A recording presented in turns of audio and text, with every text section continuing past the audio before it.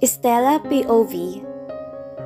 Kahit nakahiga na ako sa aking higaan at nakatulukbong ng kumot ay hindi pa rin ako tinitigilan ni Marigold sa pangungulit.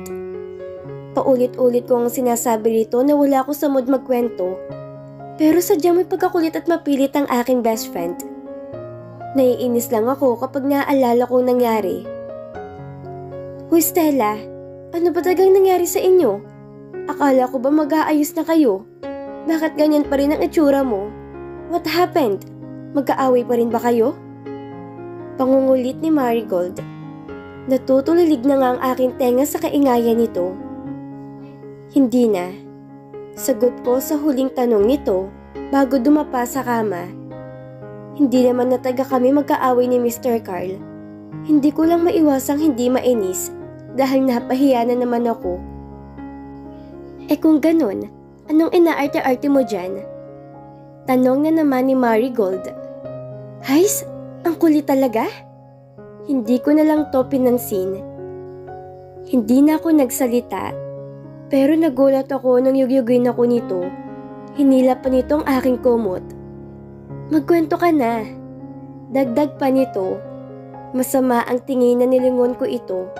Tinaasan naman ako nito ng isang kilay at nag-cross arms pa sa aking harapan. Para nagbabanta na to sa akin. Nakakainis ka naman Marigold eh. Sinabi ng ayoko magkwento. Maktol ko dito, pero tinaasan lang ulit ako nito ng kilay. Napabuntong hininga ko. Sige na nga. Napipilitang pag-ayoko na lang. Napabuntong hininga pa ako. Flashback. Pagkatapos naming magsayaw ni Mr. Carl, ay inaya na ako nitong maupo sa may round table kung saan nakaset up ang mga sasarap na pagkain.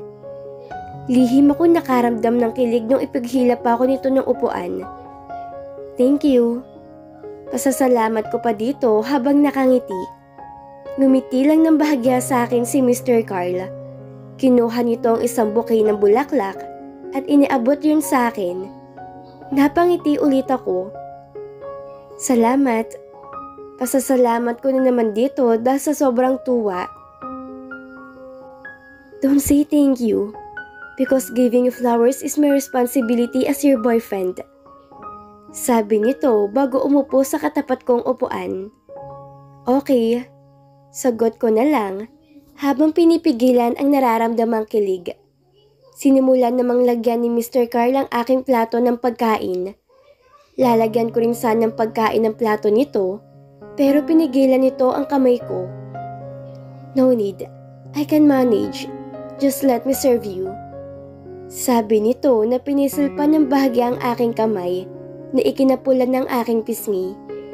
Tumango-tango na lang ako. That's it. Akit nito, kaya sinimulan na namin kumain. Nasa kalagitnaan na kami ng pagkain na maramdaman ko na nakatitig sa akin si Mr. Carl. Tumingin ako dito. Bakit? There is something. Hindi na naituloy ni Mr. Carl ang sasabihin nito dahil tumayo na ito sa kinauupuan nito. Unti-unting lumapit sa akin. Ano bang meron Mr. Carl? Kinakabahan kong tanong dito, lalo na nang tuluyan na itong nakalapit sa akin at yumuko palapit sa may mukha ko. Let me do this. Sabi nito na unti-unting inilapat ang daliri sa may labi ko. Para kong naistatwa lalo nung mapansin ko na sobrang lapit na mukha namin. You got sauce in your lips. Sabi nito na parang hindi pa aware sa pagkakalapit namin. Nang mapagtanto nito ang posisyon namin, ay napatitig din to sa mga mata ko. Lihim akong napalunok laway.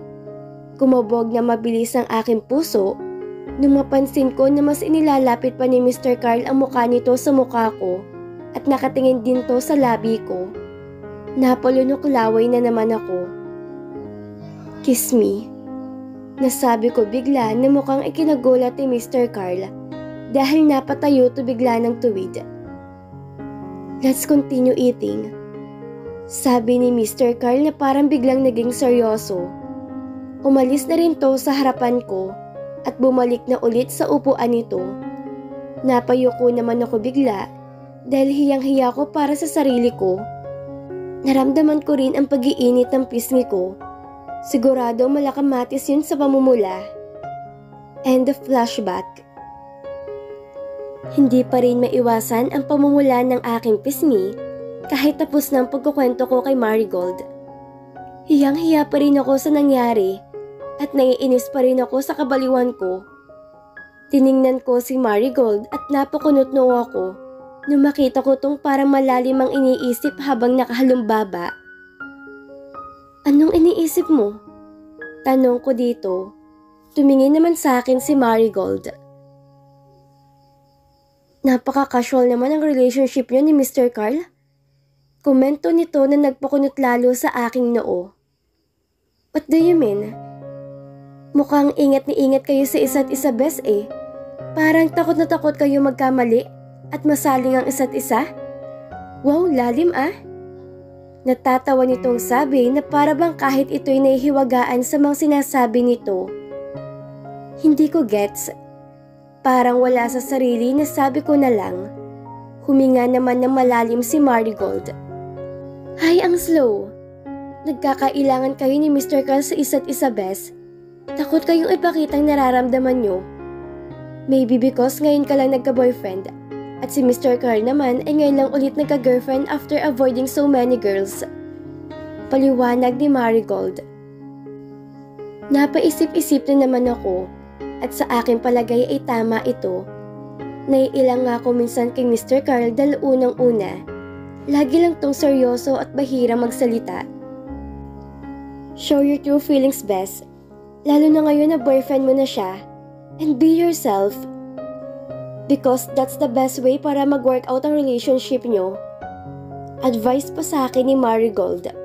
Tumango-tango naman ako dito. Carl POV. I feel stupid to stop myself from the urge of kissing her. I just can't control my heart from beating so hard by looking to her lips.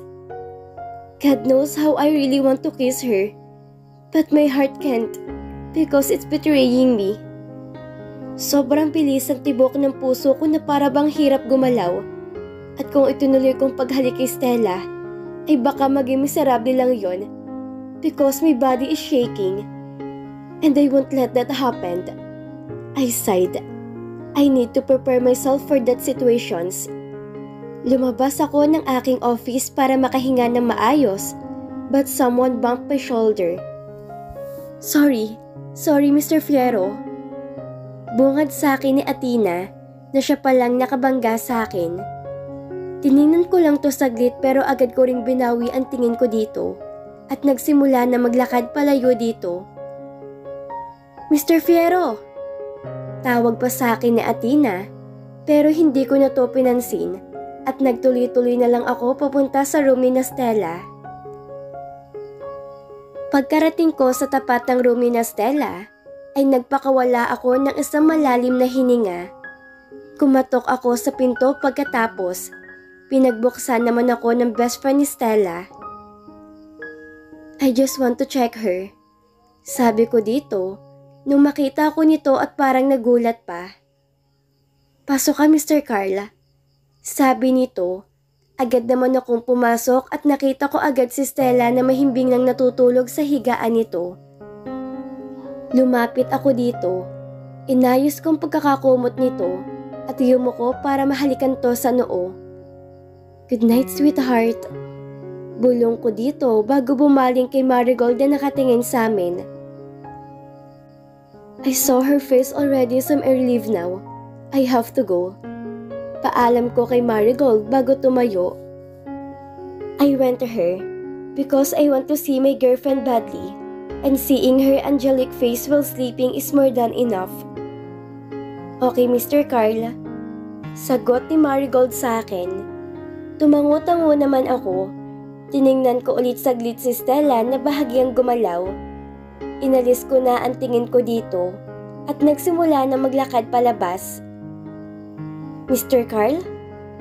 Tawag sa akin ni Marigold na ikinatigil ko sa paglalakad. Lumingon ako dito. Do you really love my best friend? Tanong nito na ikinukunot noo ko. Ngumiti naman sa akin si Marigold. I'm just asking, Mr. Carl. Gusto ko lang masigurong kaligayahan ng best friend ko. Sabi nito na ikinawala ng pagkakakunot noo ko. Of course I do. Don't worry. Sagot ko dito. Ngumiti naman to sa akin. I admire your friendship. Can you promise me na hindi niyo nababaliwalain ang best friend ko because of work? Tanong ulit nito. She's really worried to her best friend. My girlfriend is very lucky for having Marigold as her best friend. I never forget her. She's always in my mind, even I'm working. I tell her the truth. She smiled widely.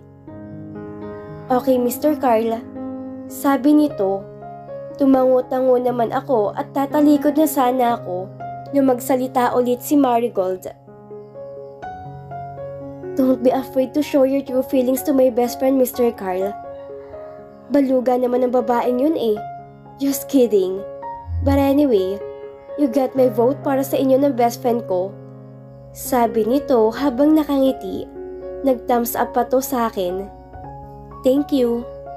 Sagot ko dito bago ko to tinalikuran at lumabas na ng kwartong yon.